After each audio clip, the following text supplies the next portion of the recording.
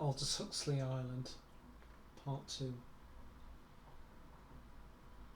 Yes, how can you? Maud echoed tearfully in her vibrating contralto. There was no answer. No answer, that was to say, in any words that could be uttered in their presence, that uttered those two martyrs, the mother to her unhappy marriage, the daughter to filial piety, could possibly understand. No answer except in words of the most obscenely scientific objectivity, the most inadmissible frankness. How could he do it? He could do it, for all practical purposes was compelled to do it because Babs had certain physical peculiarities which Molly did not possess, and behaved at certain moments in ways which Molly would have found unthinkable. There had been a long silence, but now abruptly the strange voice took up its old refrain. Attention, attention. Attention to Molly, attention to Maud and his mother, attention to Babs. And suddenly another memory emerged from the fog of vagueness and confusion. Bab's strawberry-pink alcove sheltered another guest, and its owner's body was shuddering ecstatically under somebody else's caresses.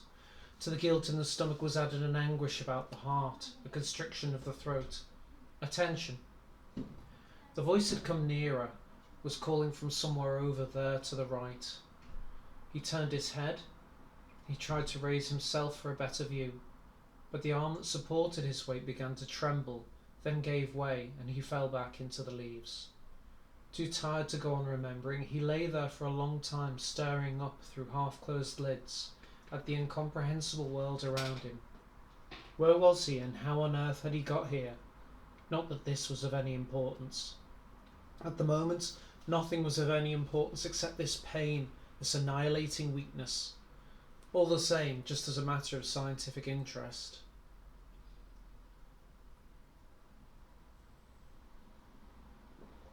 This tree, for example, under which, for no known reason, he found himself lying. This column of grey bark with the groining, high up, of sun-speckled branches. This ought by rights to be a beech tree. But in that case, and Will admired himself for being so lucidly logical, in that case the leaves had no right to be so obviously evergreen. And why would a beech tree send its roots elbowing up like this above the surface of the ground? And those preposterous wooden buttresses on which the pseudo-beech supported itself, where did those fit into the picture? Will remembered suddenly his favourite worst line of poetry. Who prop, thou asked, in these bad days my mind?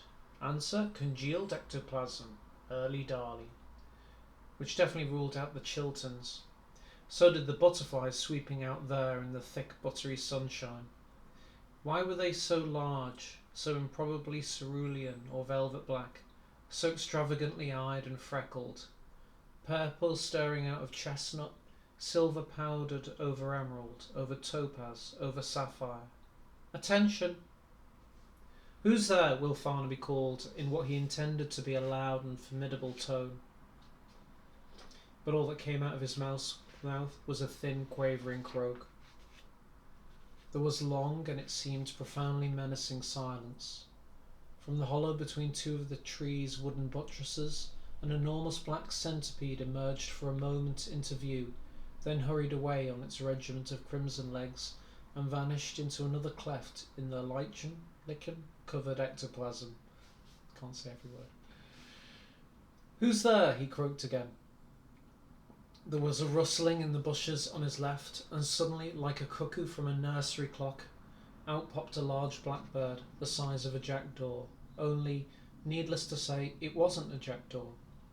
It clapped a pair of white-tipped wings and, darting across the intervening space, settled on the lowest branch of a small dead tree, not 20 feet from where Will was lying. Its beak, he noticed, was orange, and it had a bald yellow patch under each eye, with canary-coloured wattles that covered the sides and back of its head with a thick wig of naked flesh.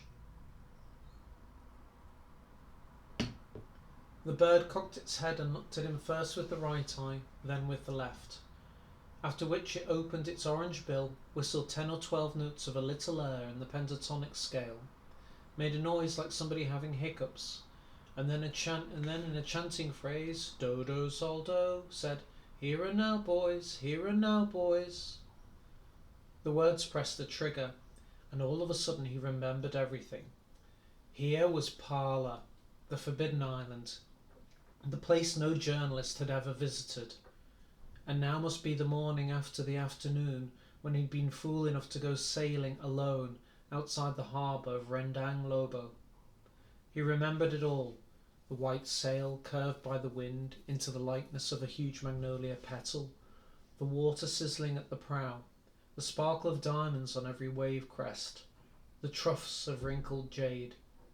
And eastwards, across the strait, what clouds, what prodigies of sculptured whiteness above the volcanoes of Parla. Sitting there at the tiller, he had caught himself singing, caught himself incredibly in the act of feeling unequivocally happy. Three for the rivals, he had declaimed into the wind. Two for the lily-white boys, clothed all in greeno. One is one and all alone. Yes, all alone on the enormous jewel of the sea, and evermore shall be so. After which, needless to say, the thing that all the cautious and experienced yachtsmen had warned him against happened. The black squall out of nowhere, the sudden senseless frenzy of wind and rain and waves. "Here and now, boys," chanted the bird. "Here and now, boys."